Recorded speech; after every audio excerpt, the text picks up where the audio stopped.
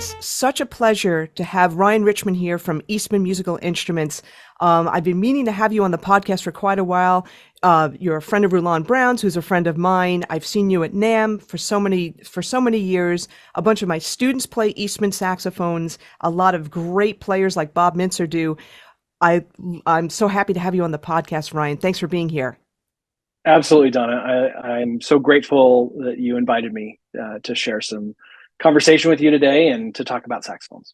Awesome. So if we could get into how the Eastman Company was founded, from what I understand, we had a nice conversation before this, and you're a relatively new company in the scheme of things. Yes. Eastman Music Company just turned 30 years old this year. But we are fortunate that we have some companies within our family that are much older. So Eastman started in 1992 with the founder, Chen Ni, my boss. He was a foreign exchange student that came to Boston University to get a master's degree in flute performance. After which he became a U.S. citizen and started a company called Eastman Strings. And they quickly became a leading supplier of orchestral strings in the United States. Chen had a vision for this company that's really quite beautiful. He started out just importing violins and distributing them, but then setting up his own workshop, his own factory, and creating instruments utilizing a 100-year-old or 100-plus-year-old method of the workshop method, where instruments are made by hand, but by many hands rather than just one set of hands. It makes instruments much more affordable and accessible to more people. So we started with that, using that very old idea to make very interesting instruments. And the company has grown quite nicely over the years. Later on, we got into wind manufacturing around 2004. And in 2004, the William S. Haynes Company was for sale. And we purchased that company. Chen went out on a limb. Eastman was not very big at the time. We only made stringed instruments for the most part, and had just started to dabble in guitars at that point. And but he loved the Haynes Company. He played on a Haynes head joint when he was in school at BU, and he really saw what Haynes could become. So he went out on a limb and he purchased this company in 04, and then went about to find the most talented individuals in the whole business to bring them together to make instruments. You know, it's something he's done from the very beginning. If you look at the beginning of our string workshop, two luthiers started that with Chen, and they've been with us the entire time. And of course, that division of our business has grown exponentially. I think today we have around 600 individuals working in the string workshop, producing those instruments. So that same formula worked again. When we bought the flute company, he found really talented people and started to make instruments under his stewardship, still in Massachusetts, where, you know, one of the things that Chen is very proud of, and I am too, is that we have increased our footprint in U.S. manufacturing. So after the Haynes acquisition, we started to work with the S.E. Shires Company and collaborated with them just a year or two after the Haynes acquisition. Okay. Ultimately, that led to the acquisition of the S.E. Shires Company in 2014. And then we partnered with the Bakun Musical Services Company in Vancouver, Canada, with Maury Bakun, that makes incredibly fine clarinets and clarinet accessories. We purchased the Bourgeois Guitar Company in Lewiston, Maine, just before the pandemic in 2019 in October, and you know, started to augment our accessories by purchasing the Lasky Mouthpiece Company in, I think, also in 2019, in early 2019. So Eastman has grown a lot over the past 30 years. And like I said, we have the fortune of having one of our brands be 135 years old, with the Haynes Flute Company. They've been around for a long time. And I should say the Haynes Company, they did make clarinets from 26 to 41. They made over 300 clarinets. In fact, there's a set of them in the Met in New York, if you want to go see them. They were made of silver, so just like flutes. Wow. So they very interesting thermal clarinet patent, if you want to look that up, by William Haynes. So that's our company in a nutshell. Well, I'm curious what made Chen go into the string business, so to speak, as opposed to, he was a flautist. Sure. Well, I think Chen's a very shy individual, and I always joke with him because a performance degree for somebody that doesn't like the spotlight and the stage is the perfect thing to do. I knew he knew that performance probably wasn't in his future. It's not what he really wanted to do. It's not what drives him. Chen has told me many times that what drives him is to create a beautiful company. And, him being a flutist is just part of that story. He's incredibly talented with business, and with his ear is tremendous. As we go through and create these musical instruments, he's a wonderful resource himself, and very involved actually in listening and in developing these products. So I don't think it mattered where he started. And I think if an opportunity presents itself, you take it. And he had an opportunity to import some violins and to, try his hand at selling them. He did very well. He basically was a one-man show. He had a partner, but he would sell out of the back of his car to violin shops in New England and then eventually across the United States. And we didn't really sell to regular music stores for a few years. We were pretty much a supplier to violin shops, specialty organizations. In fact, the first instruments didn't even have labels. I don't even think that Chen was the first to label his instruments. I think somebody else, one of his violin shops, put labels in the instrument first. So, it started off really, really small and very humbly in the beginning. And as those different opportunities have presented themselves to Chen, we take those risks and we take that challenge and those opportunities, which is what led us to Haynes, which is what led us to Shires, which is what led us to Bakun, to all of these different companies and people to bring into our family, so to speak. So we're very blessed with the talent that has joined us through the years. I'm curious. This is really interesting. I'm curious about. He's going to Boston University, performance degree. I'm wondering how he got his business acumen, or was it just I'm just going to learn it on the fly? I think it was that. He's pretty smart. We have wonderful people that are very smart with business today. And it's, we have a great team in our California offices when it comes to like accounting and all of those things, and very, very smart people. And it's a really wonderful setup when you have the owner of a company be a musician and understand the products that you're building more than, say, just an MBA. Or more than just a bean counter, so to speak. We have a wonderful balance where, I can do something with our manufacturing that maybe isn't the best for the bottom line, but makes a better instrument. And we have a person at the top that understands that. So I think his business acumen really came through just real world experience, starting out super small, growing it very organically and very naturally to what it is today. And you just said something that I think is super important. You may have an idea that may not be cost efficient, but will create a really great product. And then you have someone at the top that understands that, as opposed to someone with just a business training who is just looking for the bottom line. Right. Yes, very much so. Our instruments are like never talk as in the bottom line.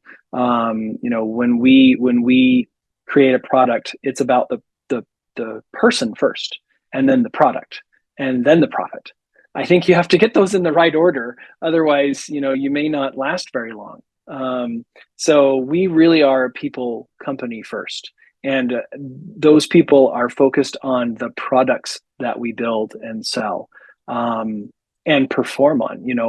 When you go to a place like the Haynes workshop, most everyone is a flutist or a musician of some type. If you go to the Shire's workshop, they have their own brass band.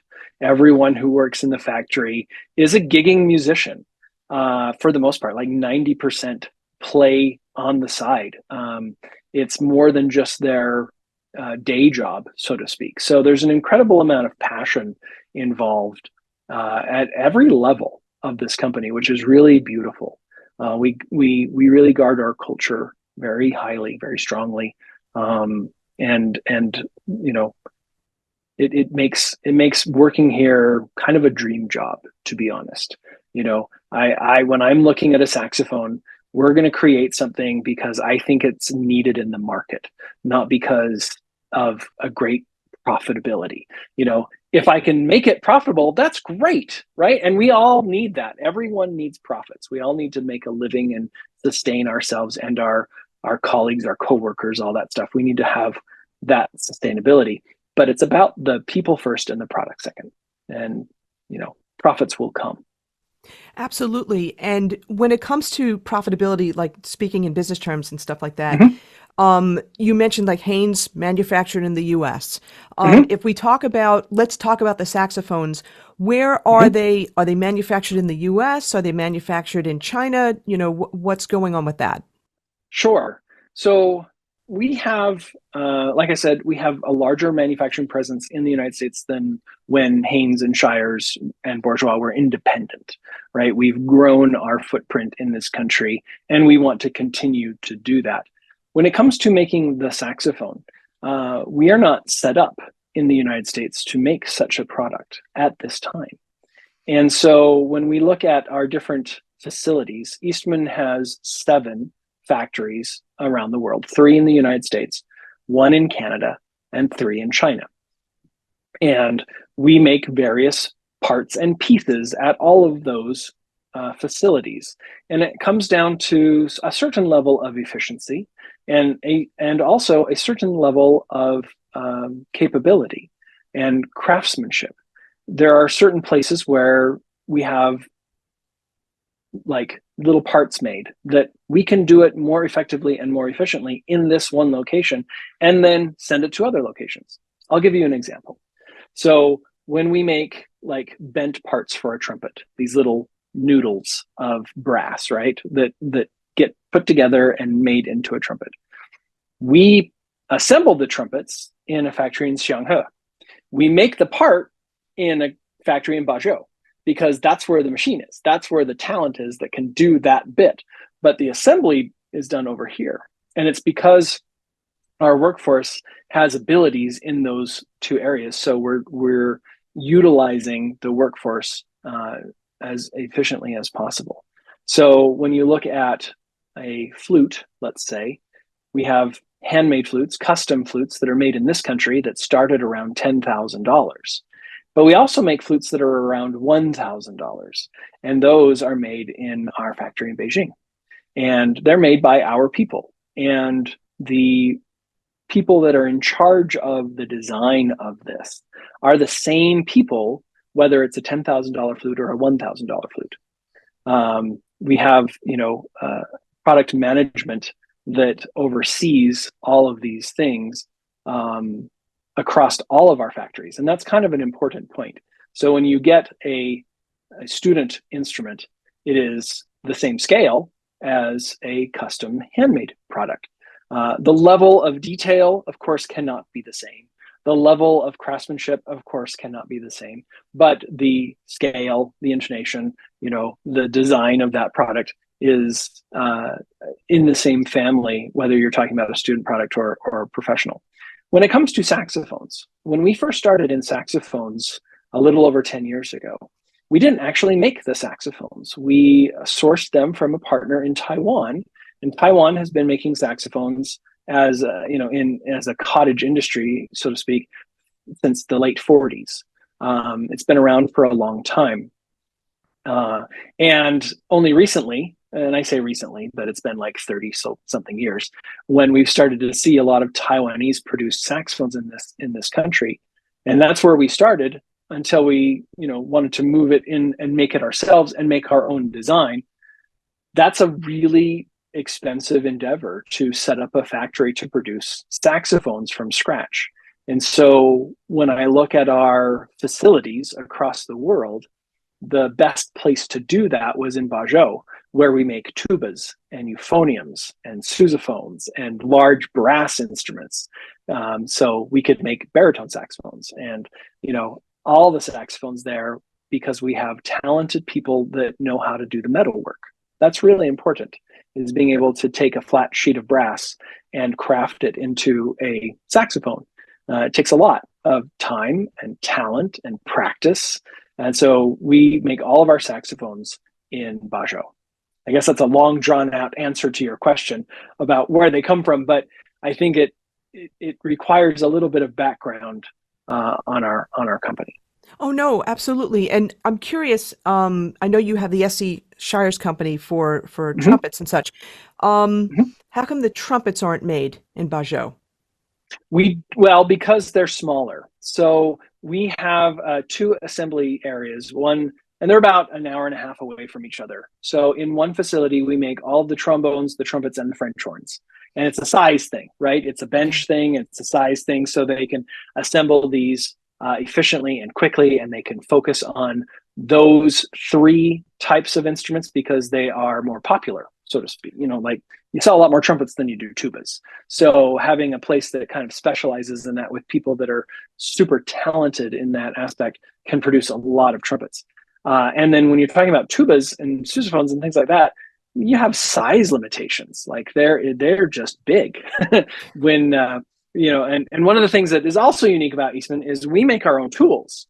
And so this is really something that not a lot of companies do. In fact, very rarely do you have the capability of a full tool and die shop where, we make mandrels, we make arbors, we make all the things that are needed to produce these musical instruments. So as an example, we developed a 6-quarter tuba. It's gigantic. It's got a 20-inch bell. It's huge.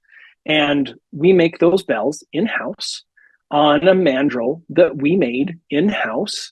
This mandrel started out as a 2-ton chunk of steel, and it took a month and a half to machine it, with this machine running, 24 hours a day, 7 days a week, to create this mandrel. It has to be positioned with a crane because it's still super heavy, but we made it in-house. We make these tools to produce the final product. And that's another thing that is really special about Eastman is that, on our baritone saxophone, I came up with an idea. It's not my idea. I just resurrected an old idea. I thought we should make baritones that go to B flat and not A. And I thought, it shouldn't just be a professional model. It should be a student model too. Because I don't know when the last time you played 6th grade baritone saxophone parts, but there's not many low A's. My wife is a junior high band director. And so I have wise counsel at home on, beginning band. And, this allowed me to make a whole new bell mandrel so that we could produce a baritone saxophone that only goes to B flat. But we had to create that and then draw it and then create a mandrel to do it. So we're really fortunate that we can make all those tools. So because of that, we have spaced our manufacturing where certain bits and pieces are made very efficiently, cost effectively, but consistently. Like it's not really about the money, it's about the consistency and the quality of the product. And if I invest in that manufacturing to make that piece really, really well, then my assemblers can put it together more quickly, more efficiently, with less stress, with less problems, all those things. So that's why we have 2 factories in China that do wind instruments, because one does all the little bits and pieces and is a tool and die shop and makes big bells and has all the mandrels and the equipment to do that. And then one is mostly assembly, where you assemble all the pieces together and build the final trumpet or trombone. So Okay, so there's a bunch of things from this. Number one, because you have your own factories, you have your own designs. You're not, mhm, you don't have to follow someone else's suggestions. So that's the first thing, and so you have the sure. freedom to do that, which is great. Yep. Um, Yep. but when it comes to the workshop method, quote unquote workshop Uh-huh. method, so can Yeah. you elaborate in terms of saxophones a little bit more? Like I could see how for the strings you started with two luthiers and they Hmm. handcrafted the violins, to start off with, and then Haynes was its own company that you acquired, but you still use the Hmm. workshop method with regard to that company and grew it. So how did Hmm. you apply that approach to saxophones when you started to, first you worked in partnership with a company in Taiwan, and then you broke Hmm. free. So can you talk a little Hmm. bit more about the workshop method with regard to saxophone production? Sure. Well, I mean, the workshop method is simply that when you're talking about string instruments, and you can relate this to any musical instrument, is that not one person builds an instrument start to finish. When you're talking about doing it in a workshop method, you have one person that makes tops, one person makes backs, one person that carves scrolls. Like that's how the violin was made. Is you had these little uh, uh, sectors of this village that this family made all the tops, and this family scroll carved all the scrolls, and then somebody put it all together. And when you're talking about a fine musical instrument, the same person that is sitting at the desk stringing the flute or the saxophone, like making the mechanism, making the keys, isn't the person that's beating on the bell with a hammer in the metal shop forming the bell or the bottom bow or the body. So you have various talents along the way, and you have various processes along the way to produce a saxophone. And you need to have those fine motor skills to put the padding in and do the key making and make all the intricate parts. But then you need real strength and power to hammer a bell or a body or neck or tube to make this instrument and make it resonant. A lot of saxophones made today aren't hand hammered.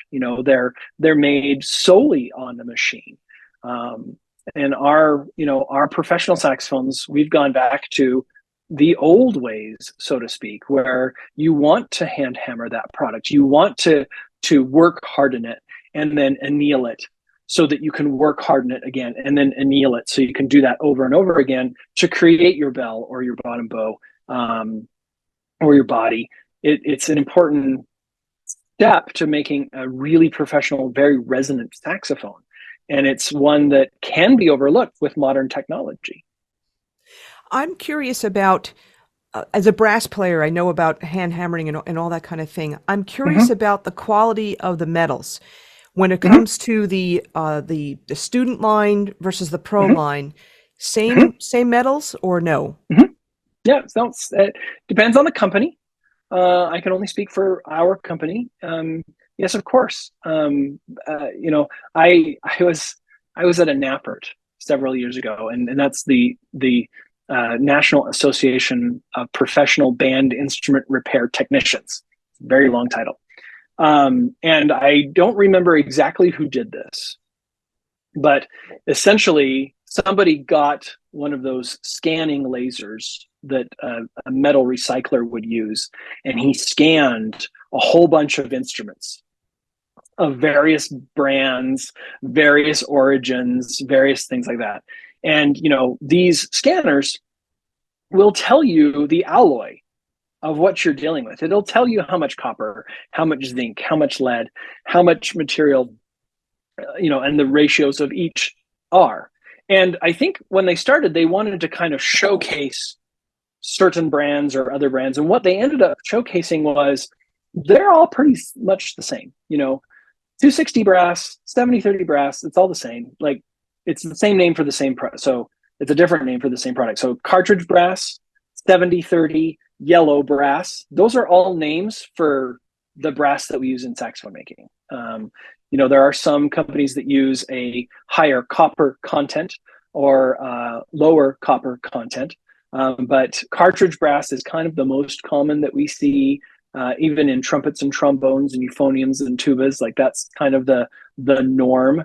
There's another brass that's called low brass. It's not really called low brass anymore, but if you look in the book of metals, this really old book that Matt Walters actually shared with me at Dylan Music.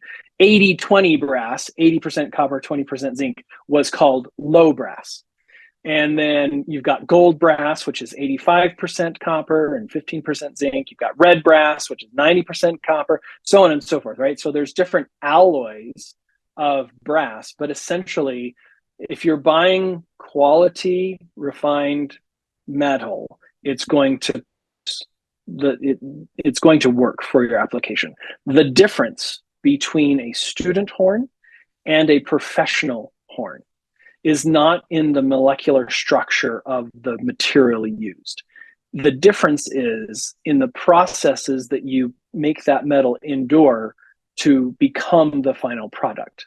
When you make a professional saxophone, the bottom bow will more than likely be in two pieces, clamshelled together. So you'll have a brazing seam on the inside radius and a brazing seam on the outside radius. A student model will be a one-piece bottom bow, and it will generally be hydroformed. It will be, blown into that shape rather than hand-hammered and hardened to do that. So they look the same. You'd have to really know what you're looking at to see the difference. But boy, do they sound different, and boy, do they respond different, and boy, do they play different. So when you're talking about the difference between professional and student, it's more about the process that you put that instrument through versus the base material that's used. Obviously, using a different alloy will produce a different sound, and it will produce a different response. Some of that is more felt than heard a lot of the time. But that's so brass. I've heard many makers say brass is brass. It's all in what you do with it. Okay, and this was going to lead to another question that I had that's going to actually address your main models, your flagship model of saxophone, but also the newer one as well, because the 52nd Street saxophone is unlacquered. And correct.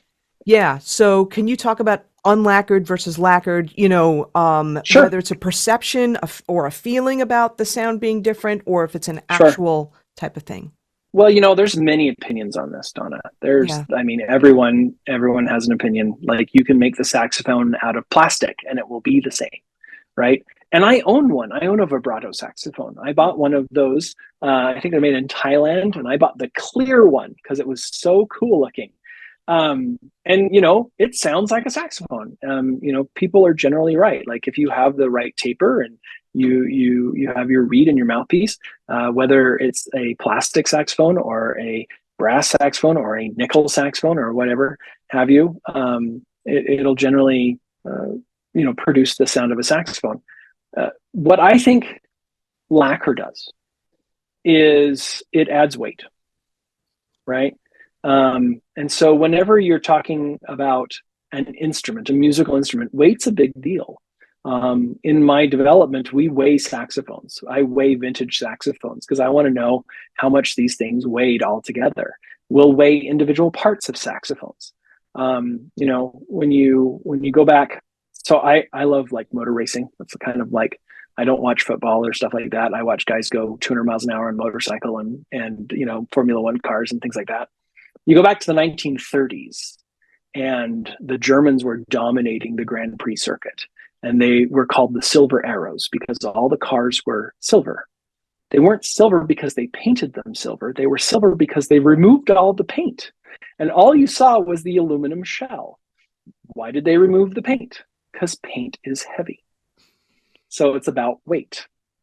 To me, what lacquer does as a player, to me, is it tends to add weight to the horn, which changes the vibrancy of the horn and tends to cover the sound, or you could say focus the sound, or you could say center the sound, versus an unlacquered instrument, which is a bit broader or a bit brighter, so to speak, because it doesn't have that weight. Somebody will disagree with me, I'm sure. And that's okay, because everyone feels something different, and it does something different for the player. I find when I play on 52nd Streets versus our Rue St George, it is, this kind of sound versus this kind of sound to my ear and feeling, driving the horn. So Thank you for that description. And, again, everybody's going to have their own view, their own opinion, but I really like the way you said that. And it's interesting because I also think about there's a lot of people in the industry that have accessories that add weight, they'll add weight to the instrument in certain spots to deal with vibrancy issues, Sure. and it probably and this will be a whole other topic of conversation, but I think that will also affect whether you're unlacquered or lacquered, and even the type of lacquer, to some Sure. degree as well. Yeah. But Yeah. I found that interesting, when you said like the lacquer adds weight and that provides more focus. That's really interesting to me. But this is going to get into the two models that you mentioned. So the 52nd Street Eastman, Sure. the Rue St George. But let's Yeah. get into, when the saxophones, you guys first went into the saxophone market, you modeled, partnered or modeled with a Taiwanese company, and then you broke free from them. So can you talk about how the 52nd Street model evolved? Sure. So one of the things that always bothered me about the earlier 52nd Streets was the weight, actually.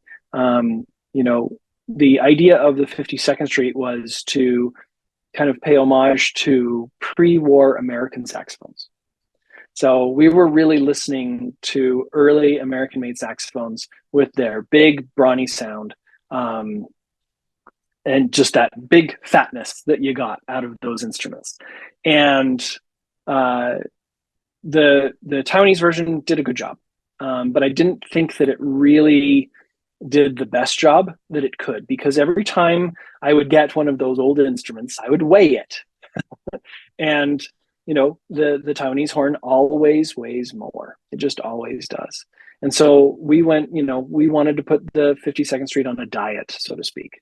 So, we, in creating our own instrument, we were able to do things a little differently. And, three things that I think are very important for any brass-bodied instrument. And I'm going to include saxophones in with trumpets and trombones and tubas and everything.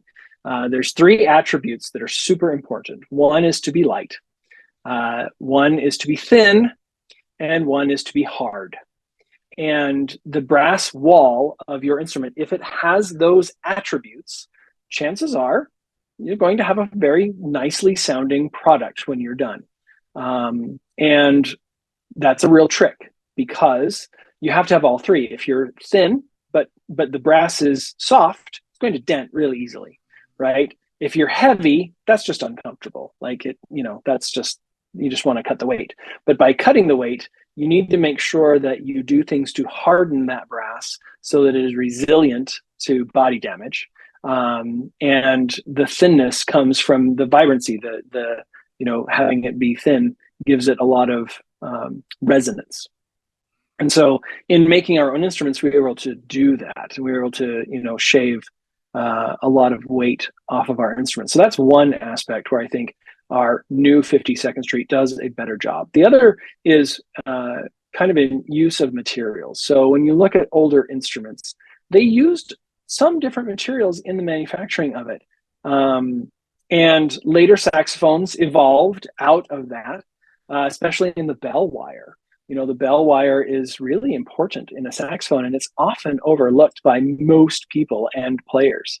Some people don't even know that there is a bell wire in their saxophone, but it's incredibly important for stability, and the material that is used is very important for the resonance and the response of the instrument.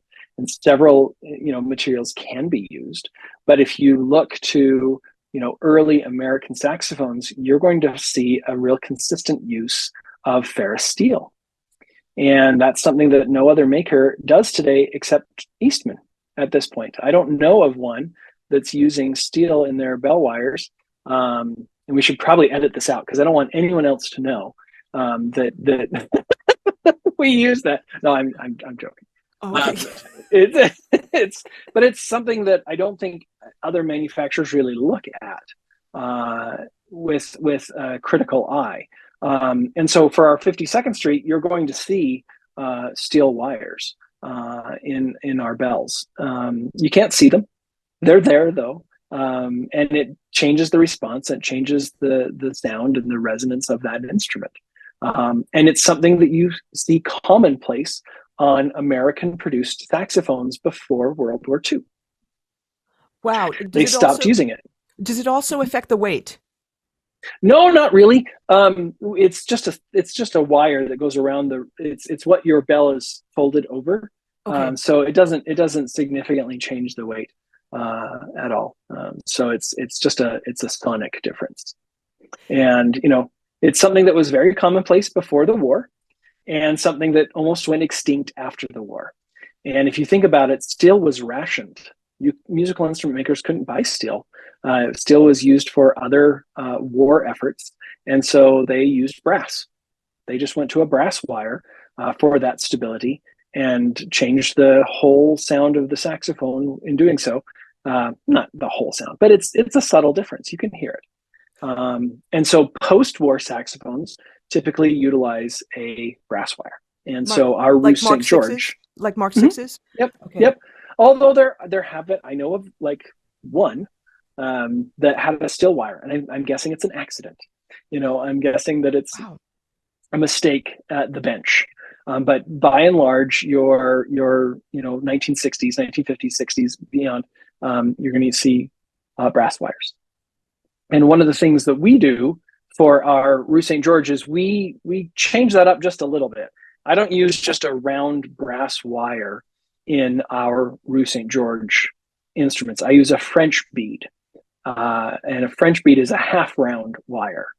And so it's not a totally round wire, it's a half round wire. And this comes from our experience in making brass instruments, specifically trumpets. There are brass wires in trumpets, or available in trumpets. We do it at SE Shires. You can have steel wires, you can have round brass wires, you can have French bead, which is half round. Picture a round bead of wire and then cutting it perfectly in half. So it's got a little dish bowl shape. And then we put that wire in the Rue St. George. And what a French wire typically does is it tends to give you even more focus. Like it tends to focus the sound, make it very compact, very direct. And it does that with a trumpet. And so when we would listen to people play our Shires trumpets, I thought, I wonder what that does to a saxophone. And so because we can do that, we made one. We made several with French beads, and I really enjoyed the clarity of sound, the focus of sound, the directness of sound. And so for our Rue St. George, that's what we were going for. We were going for a really focused, really centered, very clean sounding saxophone, in contrast to the 52nd Street, which we were going for a huge, brilliant, wide sound.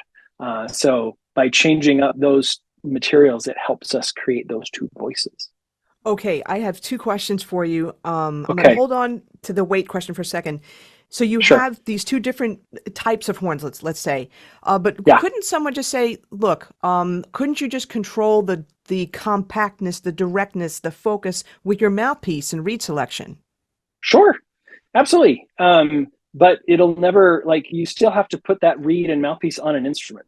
So if you put, a jazz mouthpiece on a Rue St. George, it's going to have, some of those characteristics, but you're going to get a whole lot more if you put that same jazz mouthpiece set up on a 52nd Street.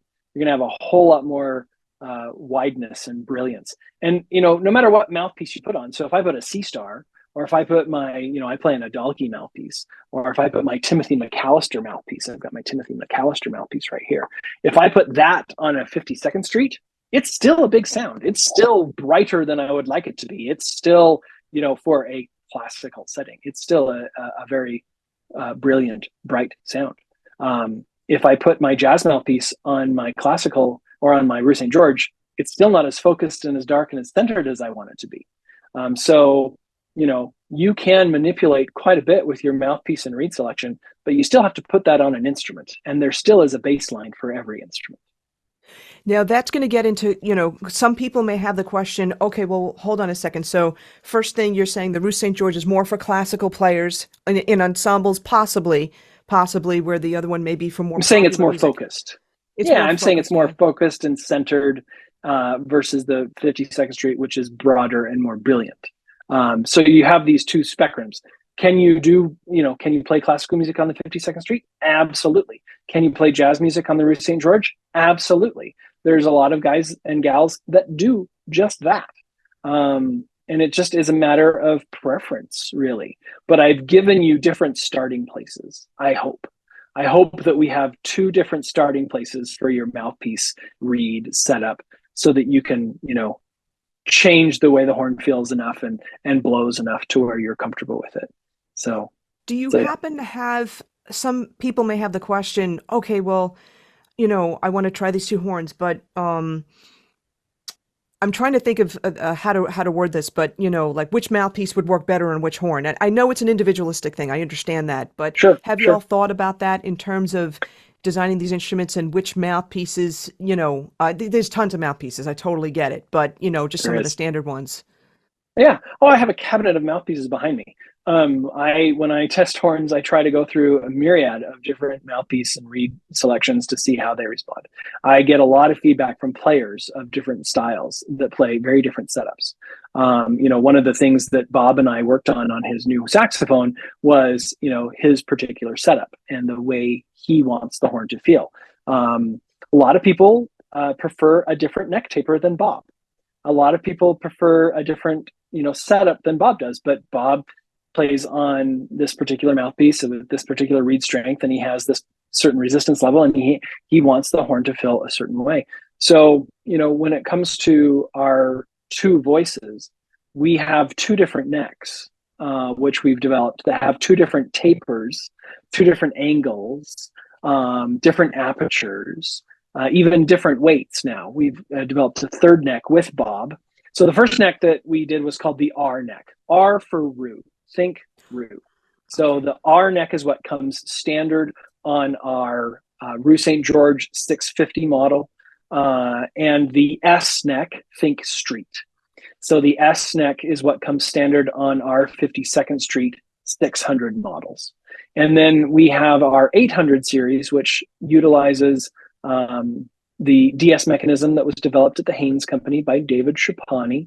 It has some upgrades in resonators and engraving and lacquering and things like that in the Rue St. George. And it comes with both of the necks. So you can have both tapers. You can have a neck that pairs very nicely with your jazz setup and a neck that pairs very nicely with your classical setup. And it can be different for some players. I have a friend who plays the Rue St. George for classical work, and he uses the S neck, which is larger and more flexible and more open, but he likes the way that feels. It is more flexible. Like the R neck is super consistent. Like tuning is just awesome. And then the S neck, it's more flexible. It's got more room in there to do what you want. And some people are like, I don't like that. It doesn't play as well in tune. No, it doesn't. It's more open. You can put the note right where you want it. And so, this friend of mine, he plays classically on the S neck. He sounds wonderful. It Would sounds great, actually. would you say so the R neck has more resistance in it? I wouldn't say that, actually. When I Okay. play the R neck with a classical setup like a Rousseau, like an NC4 or a C star or the TM2, I think it feels great. I think it's got the right amount of resistance. I think it is very controllable, very easy playing. So I wouldn't call it overly resistant. No. Yeah, it's still a saxophone, it's not a clarinet. So it has a nice free blowing feel. For the S neck, it's just open. So you've got a nice resistance on the R. It feels good. It's comfortable. It's very solid, very stable. And then when you put the S neck on, it just gives you this openness, this freedom, this flexibility that some players are attracted to. And so, depending on your mouthpiece and the way you like to play, there is a neck that hopefully can fit you.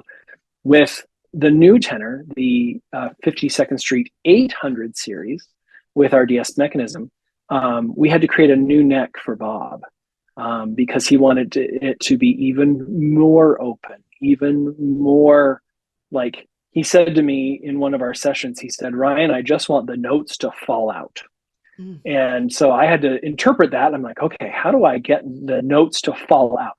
How do I take away some of that resistance? So, we did things like opening the aperture of the neck. We changed the angle that it enters, like changed the angle of the neck for the way it enters into his mouth. We made it a little bit heavier. I'm talking grams heavier, just to give it more stability, and came up with something that he's very happy with. So we're going to release the M neck, M for Mintzer, and that's coming. That's going to be standard on our 800 series 52nd Street, along with the S neck as well. So, I tend to play better on the S neck. Bob plays better on the M neck. I'm not as good a saxophone player by any stretch of the imagination. And so mere mortals might like the S neck a little bit more. But, it just depends on your mouthpiece, depends on your reed. Bob sounds fantastic on the M. It's a great, and don't get me wrong, I'm very comfortable playing all of the necks. And I'm happy with all of the designs. So that's some of the differences in those necks. Could you talk more? By the way, we're referring to the iconic Bob Mintzer. Can you talk more about how Bob got involved with your company? Sure. So Ralph, my colleague, who is also a very fine saxophone player and runs all of our operations with Eastman, works out of the Southern California office. When in the early stages of our saxophone selling, when we were procuring the instruments from Taiwan, Bob had recently moved to Southern California and was, saxophone professor at USC, Thornton School of Music, and he's been there ever since. And we set up an appointment with him. I was not there, but Ralph and Roger took samples of our instruments to Bob for his feedback. We just wanted him to play them and tell us if they were good or not. We weren't looking for an endorsement. We weren't looking for anything other than, Bob, you are awesome, and we think that your opinion is super important, and would you play these saxophones and tell us if they're any good? And so that's kind of how it started. And he forgot the first appointment. In fact, when he tells the story, he's like, "Yeah, I blew him off. He wasn't there at school when they showed up." And so what ended up happening is he called and they, set up another time where they took the saxophones to his house and they played the saxophones for a while and then left him for him to spend some time with and evaluate. He ended up really liking our soprano saxophone and endorsed that first. So he was still playing on his other tenor and started playing our soprano because he felt it had better intonation. It was more comfortable. It was more reliable than his soprano. So he was very happy to give us his name to use for the soprano saxophone. In fact, if you find early pictures of Bob Mintzer with Eastman, it will be with him holding a soprano, not a tenor. And that was on purpose because that's the horn that he was actually playing. And, we wanted to be very honest in our marketing, so to speak. He had a trip to Japan with the Yellow Jackets, and he was very nervous about taking his vintage saxophone on the airlines. It was around the time that everyone was getting damaged instruments on airlines, and there was all this stuff going around social media about, instruments not being allowed on an airplane. And so he thought, I'm just going to take the Eastman on this trip to Japan because if they make me check it, doesn't matter, right? And so he took the Eastman to Japan and got a lot of compliments and felt very comfortable. And, it is a little bit of a departure from his previous instrument as far as sound. It's more of that broad, brilliant, open sound versus that centered, focused sound. And he grew to love that, and he grew to really want that in his playing. And so he ended up only playing on the 52nd Street after that tour with the Yellow Jackets, and kind of lent his name to that horn ever since then. And it's been a wonderful partnership. And I've gotten to know him a lot more since opening up our own facility to make saxophones, to add this to our brass facility and to make a horn that he wants. I really needed to make a horn that was better than his first horn. And otherwise, why would you switch, right? Why not just play the old horn? And so for me, it was really important for us to create an instrument that would be better than what he was currently playing and make him want to switch. So that was the mission and the goal. So 3 years of development, back and forth with Bob, making sure that we addressed all the things that he didn't like about his previous instrument and incorporated them into this new instrument, all the while looking at things that were important to me and the rest of the design team, like things like weight, mechanism, key fit, things like that, super important to us. And so we addressed all of those things all at once to create this new instrument. And it's essentially 52nd Street amplified. It's like buying the top trim spec of your favorite car. It's the same car, but it's got all the bells and whistles and everything that you want it to have. And maybe it's got a performance package so it corners better. And it's a higher performing product. Built on the bones of the standard model, so to speak. So that's that new 852. Is that going to be released we're in January 2023 right now. Is that going to be released at NAMM this year in April? Yes, we will have it at NAMM this year in April. We're looking to, they're actually in production now. Bob gave us the go ahead and he's like, yep, she's a keeper, is what he texted me after, using the last sample for a weekend of gigs. And so we're moving into the production phase of this instrument now, and it'll be available. I have one. I have the other one. There were only 2 made. And I will actually have it with me at the Gen conference this weekend for those of you that want to get a sneak peek and try it. And Bob will be with us as well. So it's a really, really great saxophone. That's fantastic. And let me ask you this question. I don't know if you can give this information, but how is it different in terms of mechanism? Like whether, I'm not just talking about from the previous 52nd Street, but is it different from other horns with regard to mechanism? Well, the mechanism that we developed, we call it the DS mechanism. It stands for David Chapani. We have a US patent on the lifters on the back of the feet. For the upper and lower stack of the saxophone. It's very similar to a flute in that regard. A pinless mechanism on a flute, it's very similar, but it just adds a level of stability and solidity to the main keyboard of the saxophone that I don't think you get in other models, even within Eastman. I think it's a very special mechanism. David developed it because we asked him to do whatever he wanted. We said, you're a saxophone player, you're a custom flute maker. Don't just do whatever you want. Be creative. Create something that feels good, that is beautiful to look at. And when he started coming up with some ideas, he and I would talk together, and I thought it was so unique that we applied for a patent on it because it was like nothing I'd ever seen, and it was so comfortable and so even and fluid, and it just felt great under the fingers. And we got that patent, and we had it at NAMM, and we made a whole bunch of players sign non-disclosure agreements to try the prototypes early on.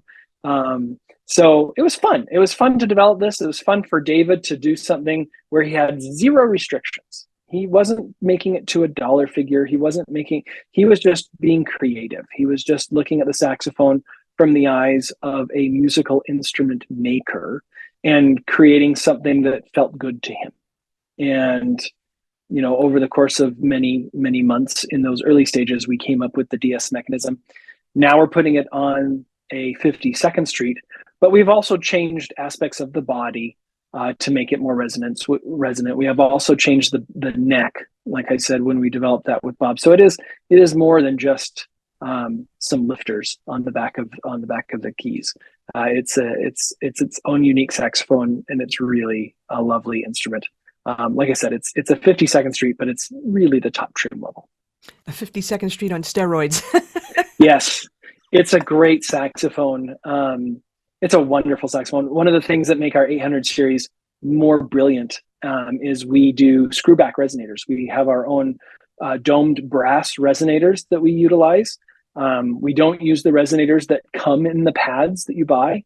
We have our own resonators that a repairman can actually reuse when they repad or overhaul your saxophone because they have a screwback design. So I don't know of any mainstream manufacturers that are using that type of a resonator in their production instruments. So again, just going a little bit above and beyond to make something more special and perform better. For those of us that are not as savvy, with the mechanisms and stuff like that, how does the DS mechanism, like, does it help with, for example, a sticky G sharp? Does it help with No, you still need to buy your key leaves for that. Absolutely. And I've got one on my alto sax right over there. Yeah. No, and sticky G sharp it's one of those things on the saxophone that was corrected on the flute, actually, because you've got an open G sharp on the flute. The G sharp, the way it is, it's not impossible, but the way that the saxophone is produced, with that being a closed key and opened only with a spring, you need to change the way that functions in order to eliminate that problem completely. The mechanism really just helps you feel better as you're playing. It's more comfortable. It's more even. It's more solid. It's that kind of feeling. So it doesn't eliminate poor maintenance on your instrument. That's true. Yeah, that's very true. Now, as someone, I have very small hands, so I'm very curious in terms of the key work, the ergonomics, and accounting. Yes, some people have very large hands, that kind of thing. But how do you account for all different hand sizes, with regard to ergonomics? Well, I think when you're in the production phase, or when you're in the development phase, the prototyping phase, you have to have a lot of people play it. Yeah. You have to get opinion from a lot of different sources, and you have to take those opinions and those people's thoughts very seriously. We have adjusted key heights and sizes of key platens and other things on the saxophone because of feedback that has come to us from various sources. It's subtle changes, but usually that's all that's necessary to create something that's super comfortable. I get told time and time again when people pick up one of our Rue St Georges with our DS mechanism that it's the most comfortable saxophone they've ever held. I get told that so often. And it's really wonderful to hear that kind of feedback because, we were going for that. We were going for something that's super comfortable, super easy to play, but also, making it extremely elegant and beautiful to look at, not just feel. Form follows function in a way, but it's still a beautiful mechanism. I don't know how well you can see this, but like just the side keys and the chromatic F sharp and high F sharp key, those don't look like other saxophones. David created these shapes on a bench motor. This is jewelry that he made, and then we're putting it on a saxophone. If you look at the octave key, oh wow, that's different. But his thought process was he put his thumb in clay and just make that mold. So it's incredibly comfortable. Most people don't even notice the octave key when they play the saxophone. But it's very different when you look at it. But, the greatest compliment is when you pick up the horn, you don't notice it. It's the horn doesn't get in your way at all. But the patented part is the lifters. And I don't know if you can see them on the screen, but the lifters, that's what's patented, is those lifters. And that's what gives you a really solid feel. I've had some people call it the Brogger system for a saxophone, but it's essentially a flute-inspired mechanism for the lifters in the feet. That's awesome. And for those of you that are just listening, I'm going to encourage you to watch this. Well, watch the whole video, but watch this portion in particular just to see this. And for those people, okay, so we'll talk two different areas in a sense. those people that are in the US, you have many dealers selling Eastman Hmm. instruments. Okay. Hmm. So people can just go to their local dealer. And what I mean by that is like, a Sam Ash. I know there's a woodwind and brass wind in the Midwest. And then now are you in Sweetwater? Yeah, Sweetwater is a dealer. Awesome. We've got a myriad of dealers across the country, local dealers to places like Woodwind, Brasswind, or Sweetwater. Great. So finding an Eastman saxophone should be pretty simple. If you go to our website and you click the Learn More button about any of the saxophones, what that will do is that it will actually connect you with our product manager, and she will direct you to your closest dealer, or help you procure a saxophone. So we try to be very helpful on our website. And your website is? Eastmanwinds.com. Great. And so now let's talk about people that are outside the US. Are you worldwide in terms of many of the dealers? Yeah, we have distribution globally. We have our own offices in Europe, in the Netherlands. We have an office in Australia. But we have distributors pretty much everywhere. We're it's still a growing network, but yeah, we do have global distribution. So you should be able to find Eastman in your area. And are you guys on the socials? Like, are you guys on Yeah, Facebook and all that kind of thing? of course, yeah. Eastman Winds. We also have Eastman Strings online. Like, there's a whole bunch of pages related to Eastman, including like William S. Haynes, S. E. Shires, Bourgeois Guitars, Bookman Clarinets. Like, there's a whole bunch of social media platforms that we engage in, and it depends on which segment of the business you're most interested in. So, And that will probably come if people go to your website, they could probably find the socials from there, I'm assuming. yep. Yep, yep. We actually have a main website, Eastman Music Company, which it basically just acts as a landing page that you can go to the strings or the winds or Haynes, Shires, Bakun, Bourgeois, those different areas of our company. Got it. Okay. And we're going to be putting, the website links, in here, as well as we have to look for that video link of Bob. Yeah, that'll come. Actually, that's not going to be released until Oh, we actually formally launch the saxophone in a month or two. got it. So look for that. But we wanted to kind of time that campaign around when somebody could actually get one, rather Yes, than makes sense. release that soon. But it was a great experience, and yeah, this new horn, I think a lot of people are going to really enjoy it. Like I said, we'll be at Gen this week, so come by and I'll have the horn there, and Bob will be there as well with his. So Excellent. Well, listen, Ryan, I'm so happy for your company's success. And like I said in the very beginning, I'm so happy to have you on. We covered so many areas here, and I learned a lot, not just about your company, but also about, production and how saxophones are made and metals and how certain parts of the saxophone work together and, differences between student and pro models. And it's not just a cost basis thing. There are other factors involved, and people always rant and rave about, or they rant about how things are not made in the U.S. But you gave a really good explanation as to why it is a cost prohibitive type of thing. But more importantly, you're looking for people throughout the world that have certain skill sets. And this is where you found them. This is where you created the factories in order to address that. And I thought that was really, really enlightening for sure. So thank you so much for your time. I really appreciate it. absolutely, it's my pleasure.